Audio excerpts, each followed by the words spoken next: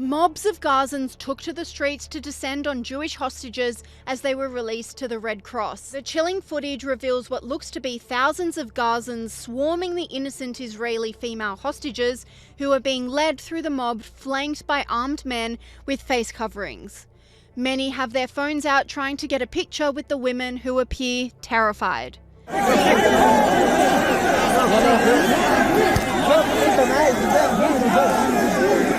Similar scenes transpired for Arbel Yahound's release, who was held hostage by Hamas for 15 months. هنا في وسط هذه الصورة لربما الصورة تظهر هذا الحشد الكبير التدافع كبير هنا لكن Online commentators blasted the confronting spectacle, with this person saying, "Moments of horror for Israeli hostage Arbel Yahound, 6 savage animals, every last one of them."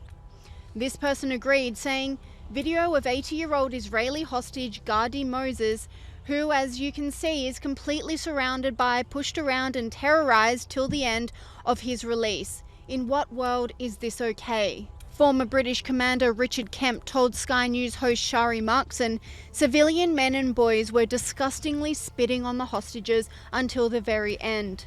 All right, let's return to the emotional scenes of the hostages coming home finally after 471 days to Israel.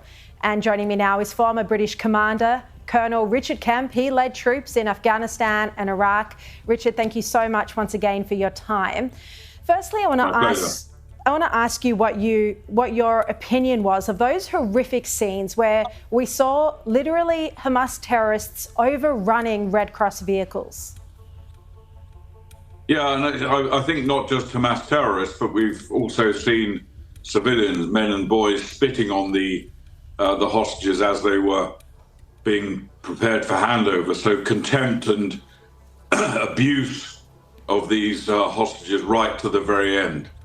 Commentators have also blasted the Red Cross and other humanitarian organisations for the treatment of the innocent Israeli hostages, even up until their final moments of being handed over to the organisation. This person said, "It is absolutely appalling that the Red Cross and any of the other mediators would allow hostages to have to go through something like this. Walking through a mob of thousands of terror supporters, chanting for their death, trying to lynch them, after they were held for 482 days in captivity.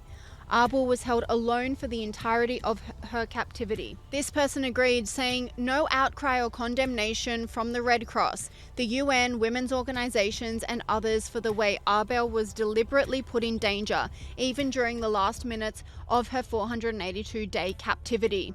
Their silence is deafening when it comes to Israelis."